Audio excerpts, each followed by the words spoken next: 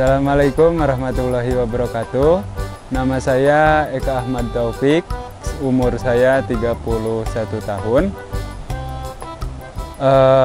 Saya lulusan Darul Amal, alumni ke-7.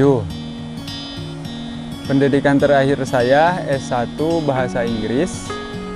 Itu jurusan pendidikan, bukan sastra. Jadi awalnya memang saya mengajar, sekarang pun masih di sekolah. Hanya saja sekarang pandemi, terlalu banyak waktu yang menganggur. Saya terjun ke dunia pertanian. Awalnya saya menanam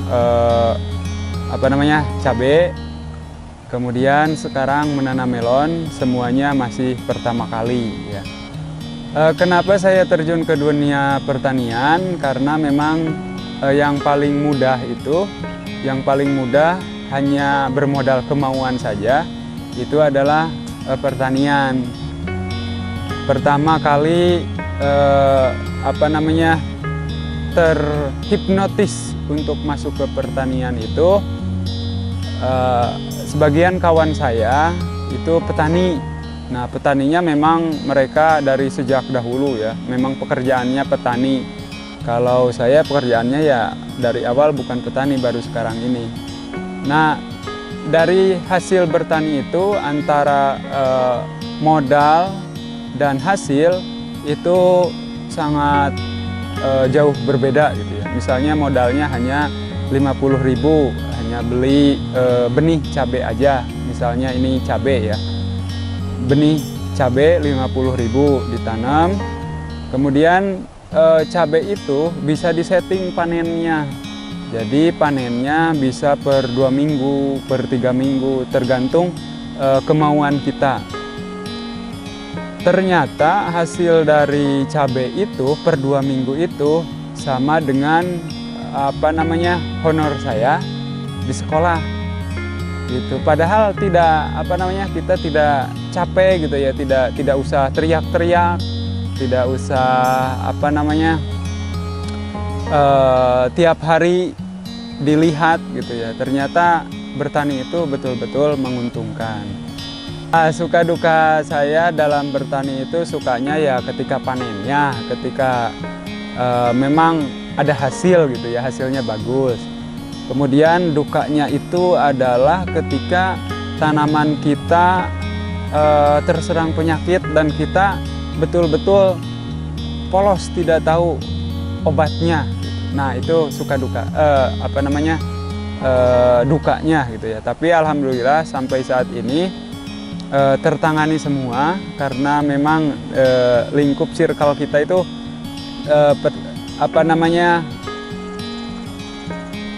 lingkungan itu saling membantu ya, saling memberitahu penyakit ini namanya apa, obatnya apa, seperti itu.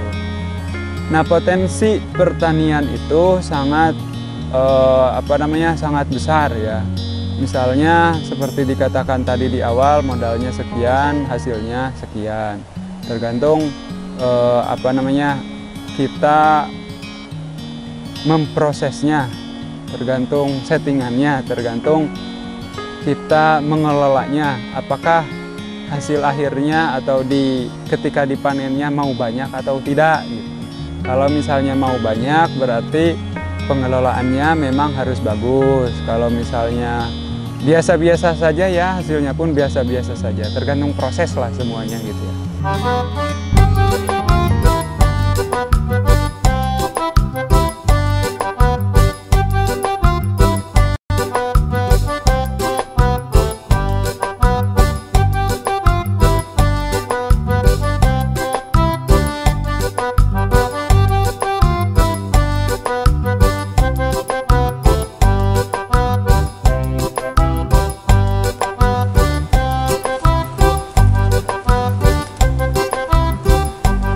Yang kedua, kita menanam melon. Ternyata potensi melon itu sangat besar ya. Dari satu pohon ini itu kita bisa menghasilkan 3 buah. Nah, 3 buah itu kalau misalnya dikelola dengan baik itu bisa seperti ini. Ini tidak kurang dari 2 kilo. 2,5 lah, 2,5 kilo ini. Jadi satu pohon itu menghasilkan 3 buah. 3 buah itu kali 2,5 kilo. Berarti ada 7,5 kilo ya, 7,5. Nah, 7,5 itu dikalikan misalnya kalau ke tengkulak, kalau mau bulan puasa biasanya mahal. Itu antara 7.000-8.000. Bisa kita kali murahnya aja, kali 7.000 ya. Kali 7.000. Tadi 7,5, 7 kali 7, 49, 50.000 sekian. Jadi satu pohon ini bisa menghasilkan 50.000 lebih ya. Taruhlah dari 3 buah itu, 1 untuk modal. Nah, 2 ini untuk keuntungan kita gitu. Sangat besar ya. 2,5 kilo untuk modal dan 5 kilo untuk hasilnya. Jadi misalnya ini kita menanam 1.700 pohon ya. Yang bagusnya misal ada 1.500 kali 3 buah kali 2,5 kali 7.000. Potensinya sangat besar ya. Modalnya ini modal total keseluruhan dengan yang kerja, karena yang kerja itu tidak hanya yang dibantu dengan saya sendiri ya, karena kalau misalnya full yang kerja itu terlalu mahal, kosnya tidak baik untuk kantong saya pribadi ya.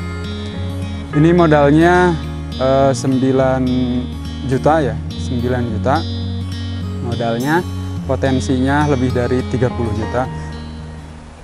Jangka waktu 2 bulan ya. 2 bulan 10 hari jadi 70 hari. Ini seharusnya bisa dipanen saat ini ya. Tapi karena saya tidak mau mengecewakan orang-orang yang beli, jadi saya pengen dikenalnya dengan melon dari saya manis gitu. Jadi waktunya ini ditambah lagi, di fullkan biar matang di pohon, atau yang tidak matang pun tuanya betul-betul tua gitu ya. Jadi setelah nanti diambil, nah melon ini bisa manis, betul-betul manis gitu ya. Lebih manis dari semangka, memang beda ya antara semangka dan melon gitu. Karena kebanyakan di pasar saat ini melon itu tidak terlalu manis. Karena asal punya urat, asal punya urat itu sudah laku, sudah kenal duit dia. Kalau sudah full urat, ya tinggal jual gitu. Biasanya itu waktunya kurang dari 2 bulan ya. Nah, hasilnya tidak manis, uangnya tetap sama antara yang manis dan tidak manis gitu.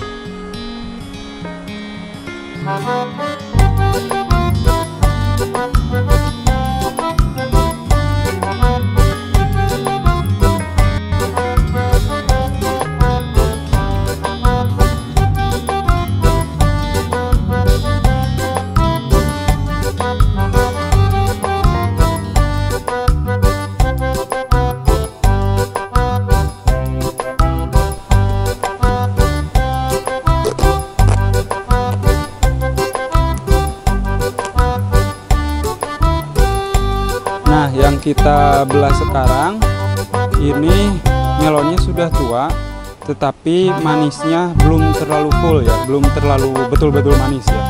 Butuh waktu 3 hari sampai 5 hari ya, baru betul-betul manis. Tapi sekarang ini sudah ada rasa ya. Cirinya melon yang sudah ada rasa itu, kalau yang dari pohon ya, nah ini sudah basah ini. Nah ini tuh gula ya. Jadi melon itu tidak sama seperti semangka. Kalau semangka itu bisa langsung dimakan karena manisnya memang dari awal. Kalau melon itu habis kita motong, habis ngambil, nah harus disimpan dulu di pram selama minimal 2 hari lah gitu ya, 2 hari. Baru nanti si gula di sini itu matang ya, jadi betul-betul manis gitu. Biasanya seperti itu. Tapi kalau misalnya di kita ini, insya Allah karena kita menunggu melonnya jatuh sendiri, langsung dimakan pun mantap.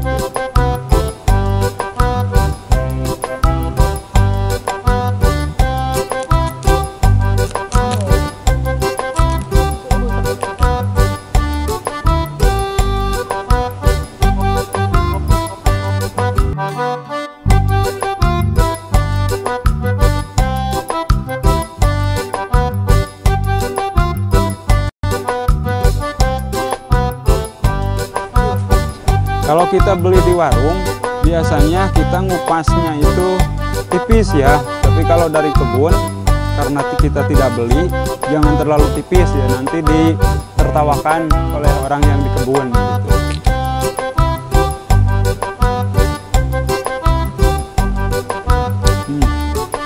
Betul, manis, cocok. Berhasil ini kita, baru pertama kali ternyata kita sampai manis, daunnya masih hijau sampai mau panen itu. Ternyata betul manis.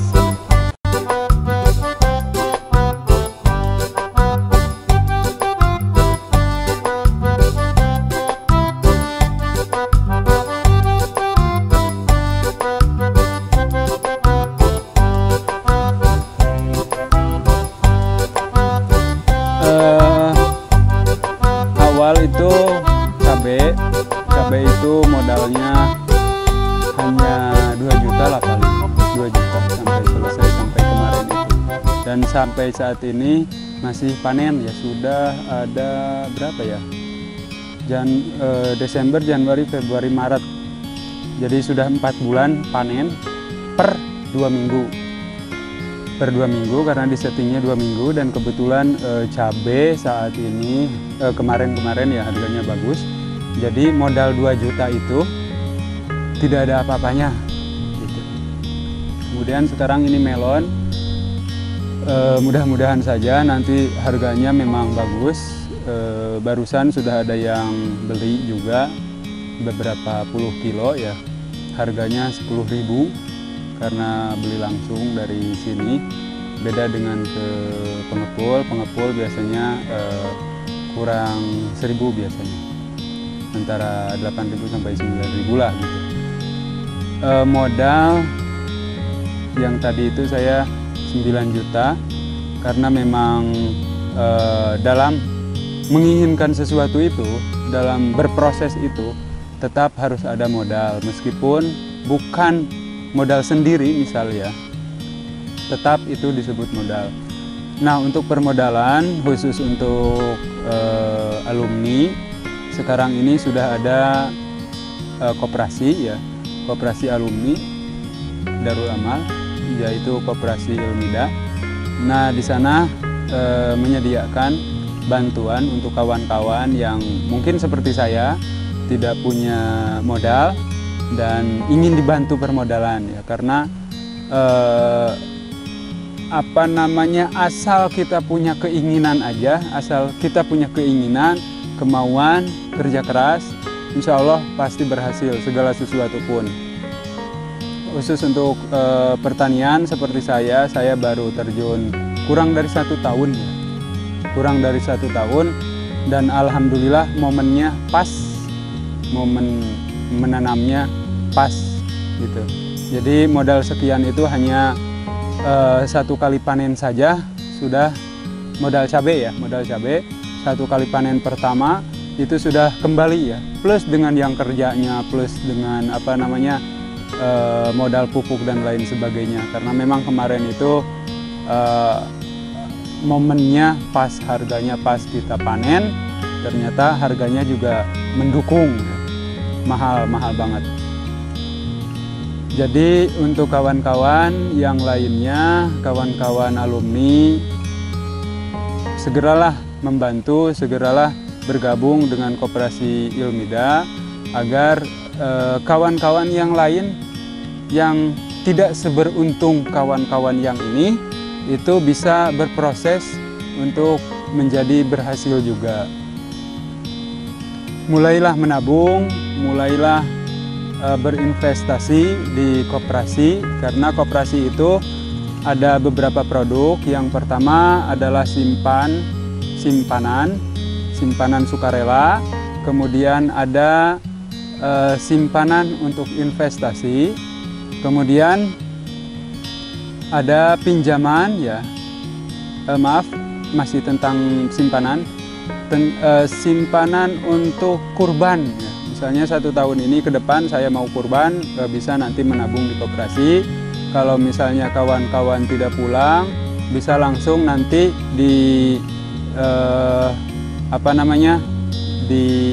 ditangani oleh kita ke pesantrenin. Misal dombanya nanti ke pesantrenin, domba kurbannya atau sapi kurbannya disalurkan ke sana. Kemudian setelah simpanan itu ada juga pinjaman. Pinjaman ini ada dana ekspres ya. Ekspres itu maksudnya cepat. Saya mau nutup barang misalnya, atau saya punya kebutuhan apa yang mendesak, bisa nanti pinjam dulu ke koperasi. Kemudian setelah 14 hari, karena jangka waktunya 14 hari, nanti dikembalikan lagi uangnya ke koperasi. Lebihnya atau bagi hasilnya atau imbal hasil ke koperasi itu disebutnya kita infak ya. Infak pinjaman itu berapa aja ridhonya gitu ya. Selain administrasi hanya 10.000. Kemudian infaknya ketika mengembalikan itu terserah kawan-kawan yang meminjam berapa aja ridhonya gitu. Kemudian ada juga pinjaman untuk usaha. Nah, nanti untuk usaha ini kita lihat dulu usahanya apa, keuangannya seperti apa, fluktuasi keuangan yang kemarin-kemarinnya misal kayak gitu, kita lihat dulu. Nanti kalau misalnya sudah oke, nah baru kita kasih seperti itu. Ada juga konsultasi ya. Di koperasi itu ada juga konsultasi. Konsultasi itu maksudnya saya ini misal sedang nanam melon. Nah, saya butuh pencerahan, butuh ilmu tentang melon. Nah, boleh konsultasikan. Atau saya mau bangun rumah. Rumahnya itu seperti apa, ukurannya berapa, biayanya berapa, nanti bisa dikonsultasikan juga. Ada juga bidangnya di koperasi yang memang expert ya. Terus tentang perizinan tentang membuat perusahaan, CV, PT dan lain sebagainya bisa dikonsultasikan juga. Bisa juga dibuatkan langsung oleh koperasi, oleh koperasi ya. Kemudian untuk yang satu lagi itu retail ya. Kita retail itu jual beli untuk produk kebutuhan sehari-hari. Kita kerjasama dengan RBM ya. RBM Ribi Barkah di pondok kita. Nah, kita kerjasama dengan itu. Kawan-kawan misalnya punya keinginan untuk maju, ada ide, ada mau usaha, kemudian belum ada dana, tidak ada yang bantu juga, tapi keinginan itu betul-betul keras dari kawan-kawan, itu nanti bisa menghubungi koperasi ya. Dan khusus untuk kawan-kawan yang sudah punya pekerjaan, yang sudah punya usaha, yang sudah maju, bantulah kawan-kawan kita yang belum maju lewat koperasi. Kenapa lewat koperasi? Karena koperasi bertanggung jawab untuk mengembalikan lagi dana tersebut kepada kawan-kawan. Misalnya dalam hal ini kawan-kawan misalnya mau tabungan investasi atau hanya mau sukarela saja, itu tidak jadi masalah ya. Mau asal nabung aja di koperasi. Nanti imbal hasilnya per tahun ya. Imbal hasilnya tahunan, sisa hasil usaha SHU. Jadi nanti kawan-kawan yang nabung di sana itu ada imbal hasilnya dari koperasi, karena uang yang kawan-kawan simpan di sana di koperasi itu tidak freezy gitu ya, tidak hanya diam saja gitu ya. Jadi diusahakan dengan pertanggungjawaban koperasi gitu. Kalau misalnya usaha si A itu rusak atau bangkrut, tetap koperasi bertanggung jawab mengembalikan dana atau ketika kawan-kawan mau ambil uang di koperasi memang tetap ada seperti itu. Karena usaha itu kan tidak selalu berhasil. Kawan-kawan yang sudah maju mungkin sudah paham ya tentang ini. Jadi berproses lah seperti itu.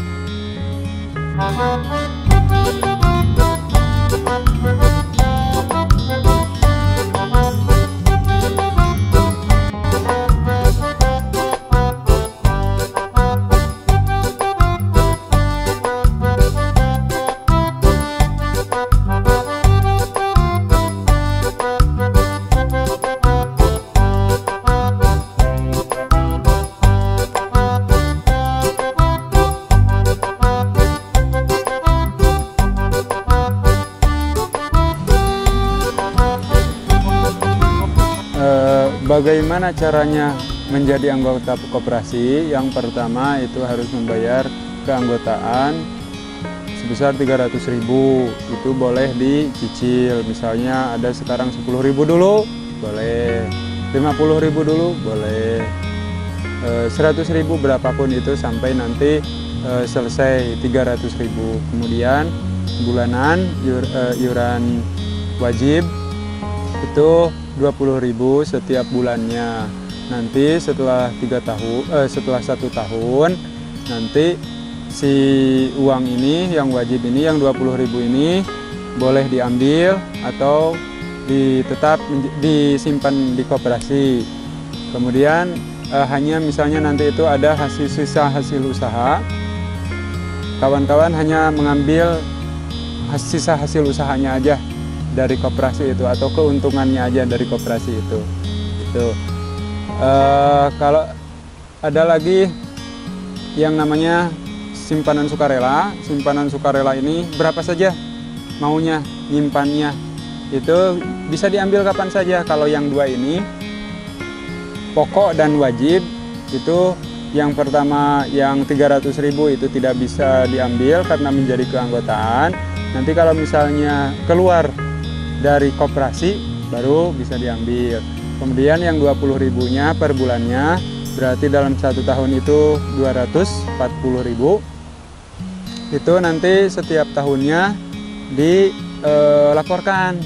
Kemudian nanti ada sisa hasil usahanya dari yang 240.000 itu. Kemudian kalau misalnya kawan-kawan nabung tabungan sukarela, nah itu bisa diambil kapan saja. Tabungan sukarela ini sama juga ada sisa hasil usaha. Pokoknya setiap sen, setiap rupiah yang kawan-kawan simpan di koperasi itu selalu diperhitungkan. Nah, misalnya pertanyaannya seperti ini. Kalau saya sudah gabung koperasi, apa buktinya saya menjadi anggota koperasi? Nah, apa buktinya? Yang pertama, kawan-kawan nanti dimasukkan ke grup anggota koperasi. Yang keduanya, nanti kita usahakan untuk mendapatkan kartu. Yang ketiganya, punya akun sendiri. Akun ini akun aplikasi atas nama diri sendiri. Kemudian di sana ada catatan keuangan kawan-kawan dari yang pokok tadi, kemudian yang wajib, yang sukarela, kemudian sisa hasil usaha. Nah, di sana kawan-kawan bisa melihat langsung real time ya. Uang saya sudah transfer nih, bayar 20.000 misalnya, bayar bulanan ke rekening koperasi, sudah tercatat belum di akun saya. Nah, nanti kawan-kawan bisa lihat ya. Untuk lebih jelasnya, untuk pertama misalnya mau gabung nih, itu silahkan menghubungi Ustadz Ujang MH ya. sama Ustadz Ujang MH nanti diarahkan kawan-kawan ya. Insya Allah semua uang kawan-kawan yang masuk ke rekening koperasi bisa dipertanggungjawabkan karena ada catatannya.